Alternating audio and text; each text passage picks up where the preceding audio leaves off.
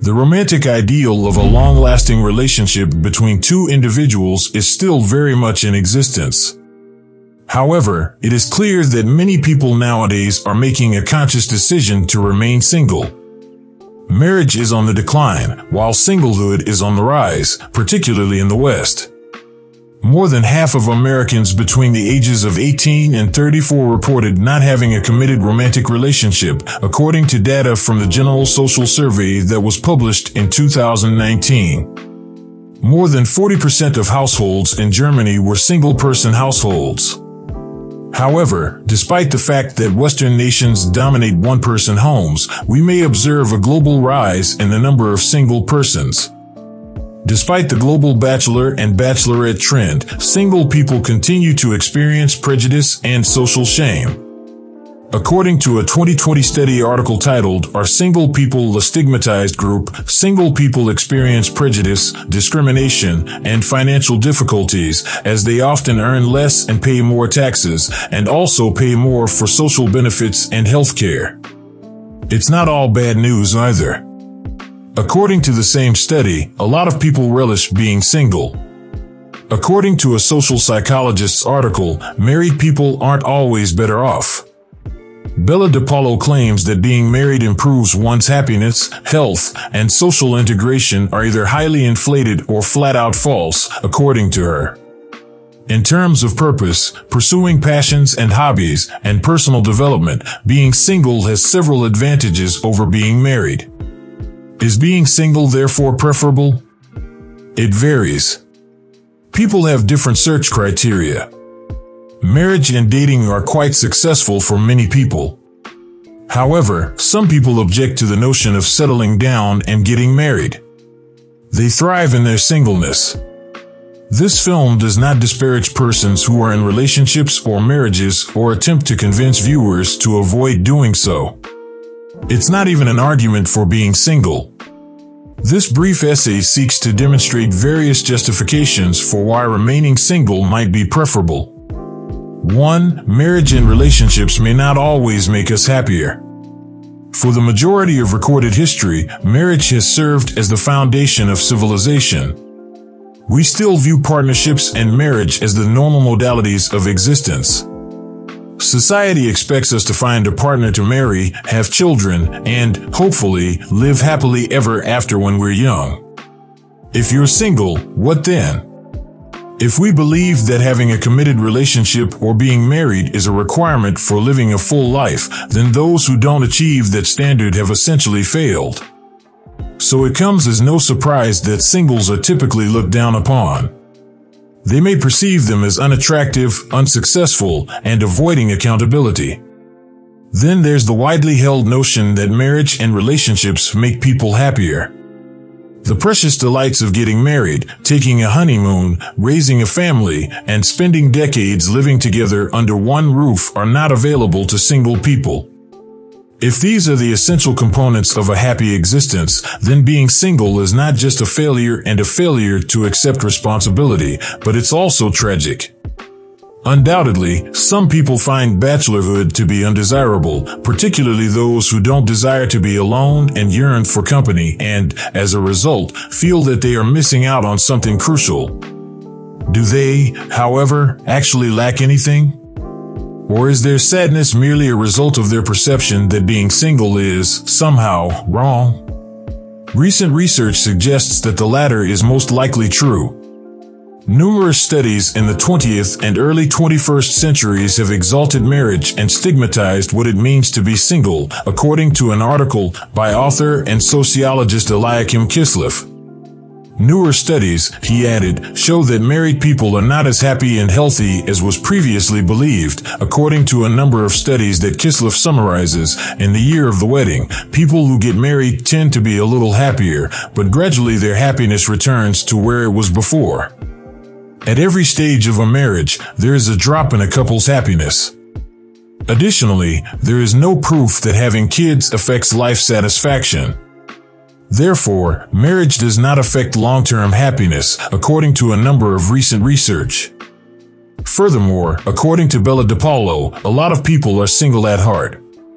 The most meaningful, real, and gratifying way of life for them is being single. 2. Developing better types of love. Many cultures consider romantic love to be an ultimate concern, which denotes that it is one of the most important goals that a person can pursue in life. However, there are other types of love outside romantic love, such as the love shared by friends and family.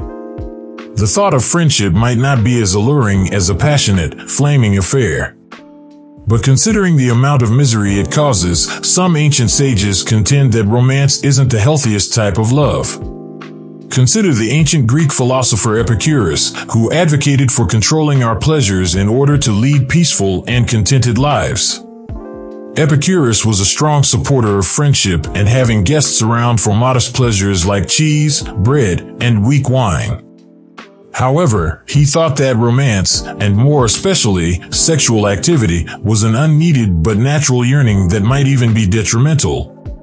Epicurus said that sexual activity never helped anyone, and one must be pleased if it has not hurt. However, he reasoned that what disturbs a tranquil mind more than actual sexual activity is sexual passion.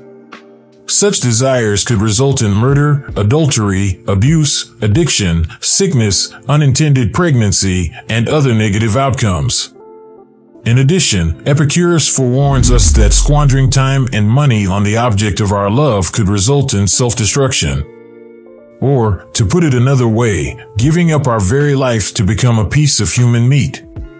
Passion is frequently bred in today's love partnerships. As seems to be the norm, lust and thrill are frequently the driving forces behind romantic relationships, which lack intelligence and rational thought. We first witness an explosion of passion and pleasure, and then we witness an eruption of anguish and hopelessness.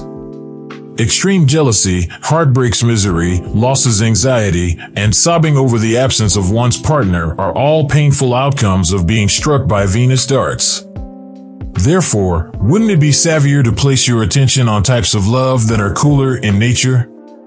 For instance, friendship can be at least as gratifying even though it is typically less emotional and thrilling. Long-term relationships are typically slowly formed alliances built on shared interests that are free of unwholesome attachments. It's cool and nice, more like a pleasant morning breeze than it is as fiery and flaming as romance. Singles have the option to broaden and spread their love across a much wider range of people rather than focusing it primarily on one significant person. According to DePaulo, they are simply more attentive to and spend more time with their friends, family, and neighbors than married people do. And it makes no difference whether these married couples have kids or not. 3. Freedom. Being single offers a sense of freedom that married people are unlikely to experience. It's the freedom to act however you like without having to justify, consult, or compromise with a partner or spouse. The ability to pursue meaning is a big part of being single. According to French-Algerian philosopher Albert Camus, life's purpose cannot be found because the cosmos is meaningless. We ought to make meaning for ourselves instead. The assumption that relationships, marriage, and having children are the primary components for a meaningful life is just one example of how religious and societal organizations attempt to impose meaning upon us. Camus argues that it is foolish to believe with absolute certainty that some aspects of life are intrinsically valuable while others are not. Therefore, having a partner or being married isn't necessarily more meaningful than being single.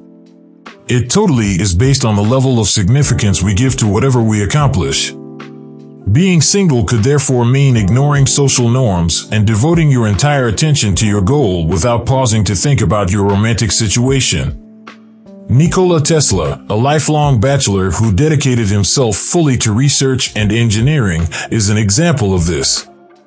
He once claimed that the fact that he didn't date women helped his scientific abilities. We could therefore conclude that being single increases the ability to accomplish whatever gives our lives value, despite the possibility that Tesla is an extreme case. Singles cherish the chance to work on projects they are passionate about and follow their interests. They give meaningful work a higher priority than married people do. People who remain single their entire lives gain more independence over time than those who remain married, claims DePaulo. 4. Self-reliance. People who are single are more likely to profit from solitude. We have a tendency to view ourselves as incomplete without a partner in a culture where pairing up is the norm, since we are just one half of a heart, and a heart needs another half to be complete. However, a lot of contented singles would say that fullness can only be found within. Both happiness and having a relationship are not necessary for each other. Everyone in a relationship would be content if this were the case, which is not the case. In addition, everyone who is single would be sad all the time, which is also untrue. Some people go from relationship to relationship like heroin addicts, live from shot to shot, because they can't understand that romance won't provide us lasting bliss, never quite succeeding in their search. However, one could take advantage of the opportunity to embrace total responsibility for one's pleasure as a single person, mainly independent of external circumstances. For lack of a better description, the emphasis in this situation is on developing the skills we need to fulfill ourselves. There are several advantages to becoming financially and emotionally independent. First of all, it is trustworthy because we have the greatest degree of control on our level of happiness. Second, it's inexpensive because happiness is more accessible the less we need to be satisfied. Thirdly, we get ready for the inevitable. The fact that we will eventually be alone, since aloneness, like death, is an unavoidable aspect of life that many people dread. But if we can flourish in isolation, we won't be afraid of being by ourselves and may even look forward to it. If you are lonely while you are alone, you are in lousy company, Jean-Paul Sartre once said. Thanks for watching.